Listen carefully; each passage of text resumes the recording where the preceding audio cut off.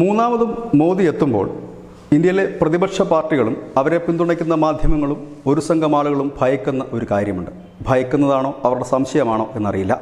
മൂന്നാമത് മോദി എത്തുമ്പോൾ ഇന്ത്യയിലെ BJP ഇതര പല സർക്കാരുകളും നിലംപൊത്തുമെന്നവർ ഭയക്കുന്നു. ഇതൊരു വ്യാജ വാർത്തയാണോ കള്ളമാണോ എന്ന് നമുക്കൊരു നിമിഷം സംശയിക്കേണ്ടി വരും. പക്ഷേ ഇതിൽ ചില ലോജിക്കുകൾ ഇല്ലാതില്ല. പറയുന്നതിൽ ചില കാര്യമുണ്ടെന്ന് തോന്നുമ്പോഴാണല്ലോ പറഞ്ഞതിൽ സത്യമുണ്ടായെന്ന് നമുക്ക് മനസ്സിലാകുന്നത്. അങ്ങനെ നോക്കുമ്പോൾ ഈ തെരഞ്ഞെടുപ്പിന് തൊട്ടു മുമ്പ് ഒരു സർക്കാർ നിലംപതിക്കാൻ സാധ്യതയുണ്ട്. ഇല്ലായെങ്കിൽ ഉറപ്പായും മോദി അധികാരമേറ്റതിന് ശേഷം ആദ്യം നിലംപതിക്കുന്നതും ഒരു സംസ്ഥാന സർക്കാരായിരിക്കും, ഹിമാചൽ പ്രദേശ്. എന്തുകൊണ്ട് ആ സംസ്ഥാന സർക്കാർ നിലംപതിക്കുന്നു എന്ന് ചോദിച്ചാൽ അവിടെ BJPക്ക് പ്രത്യേകിച്ചൊന്നും ചെയ്യേണ്ടതായിട്ടില്ല.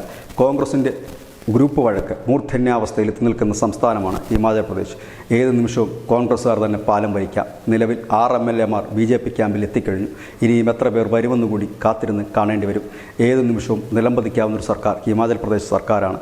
അവിടെ BJPക്ക് റോളുകളൊന്നും തന്നെ ഇല്ല എന്ന് പറയേണ്ടി വരും. കാരണം അവർ അങ്ങോട്ട് പോയി മറിച്ചിട്ടതല്ല, പകരം മറിച്ചിട്ട് അവരിലേക്ക് ചേർന്ന് വീണ്ടും ഭരിക്കാൻ ഒരു പറ്റം കോൺഗ്രസ്സുകാർ തയ്യാറെടുക്കുന്നു എന്നുള്ളത് തന്നെയാണ് ഹിമാചൽ പ്രദേശിൻ്റെ പ്രധാനപ്പെട്ട ഒരു ഹൈലൈറ്റ് എന്ന് പറയേണ്ടി വരും. മറ്റൊരു സംസ്ഥാനം കർണാടകയാണ്.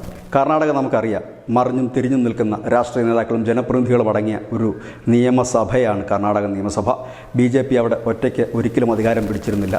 മറുകണ്ഠം ചാടിച്ചാണ് പലപ്പോഴും അധികാരം പിടിച്ചത്.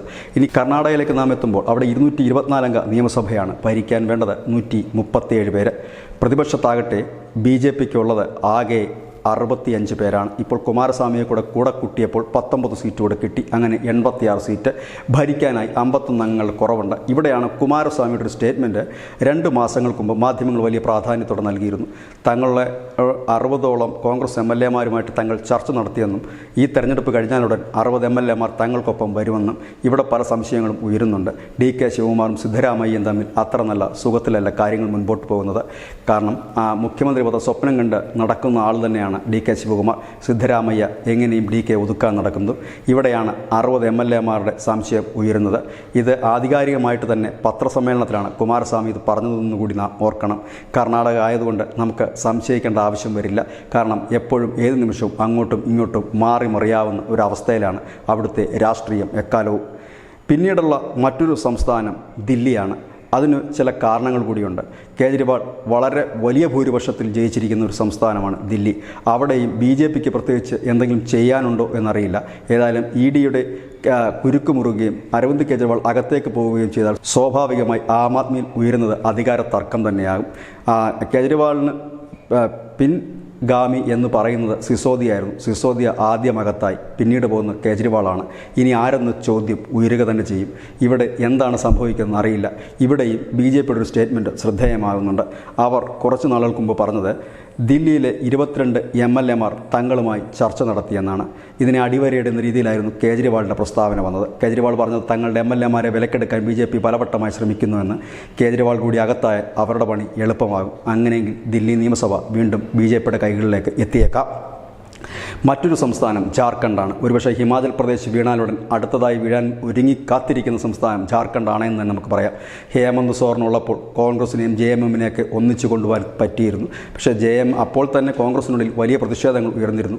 കാരണം ഹേമന്ത് സോറൻ്റെയും JMM-ൻ്റെ അതായത് ജാർഖണ്ഡ് മുക്തി മോർച്ചയുടെയൊക്കെ പോക്കിൽ അസംതൃപ്തരായ കോൺഗ്രസ്സുകാർ ബംഗാളിൽ വെച്ചും മറ്റ് പലയിടങ്ങളിൽ വെച്ചും BJP നേതാക്കളുമായി കൂടിക്കാഴ്ച നടത്തിയ വിവരം അന്നത്തെ മാധ്യമങ്ങൾ റിപ്പോർട്ട് ചെയ്തിരുന്നു. ഇപ്പോഴേതായാലും BJP തന്നെ പറയുന്നു 9 കോൺഗ്രസ് MLA-മാർ തങ്ങൾക്കൊപ്പം ചേരാൻ തയ്യാറായിട്ടുണ്ടെന്ന്. ജാർഖണ്ഡിലേക്ക് വരുമ്പോൾ 81 അംഗ നിയമസഭയാണ്. 42 സീറ്റ് വേണം ഭരിക്കാൻ. 48 സീറ്റ് നിലവിൽ ഹേമന്ത് സോറൻ്റെ JMM-നും കോൺഗ്രസിനും അല്ലറ ചില്ലറ ചെറു പാർട്ടികൾക്കുമുണ്ട്. ഇവിടെയാണ് തൊട്ടടുത്തുള്ള BJP. അവർക്ക് ഭരിക്കുവാനായിട്ട് നിലവിൽ 35 സീറ്റുണ്ട്. ഇനി വേണ്ടത് 6 MLA-മാരുടെ കുറവ് മാത്രം. അങ്ങനെ ഒന്ന് സംഭവിക്കുന്നത് കോൺഗ്രസിൻ്റെ പിളർപ്പ് കൊണ്ടായിരിക്കും. 19 കോൺഗ്രസ് MLA-മാർ എത്ര പേർ BJP ക്യാമ്പിലെത്തുമെന്ന് ഇനി കാത്തിരുന്ന് കാണേണ്ടതായിട്ടുള്ളൂ. നിലവിൽ അവിടെ വലിയ അസ്വാരസ്യങ്ങളാണ്. കോൺഗ്രസിൻ്റെ തന്നെ 4 MLA-മാരെ മന്ത്രിമാരാക്കിയതിൽ വലിയ പ്രതിഷേധം കോൺഗ്രസിനുള്ളിൽ തന്നെയുണ്ട്. ഒപ്പം തന്നെ ഹേമന്ത് സോറനെതിരെയുള്ള പടയൊരുക്കം JMM-ൽ നടക്കുന്നു. എന്തു സംഭവിക്കുമെന്ന് കാത്തിരിക്കണം.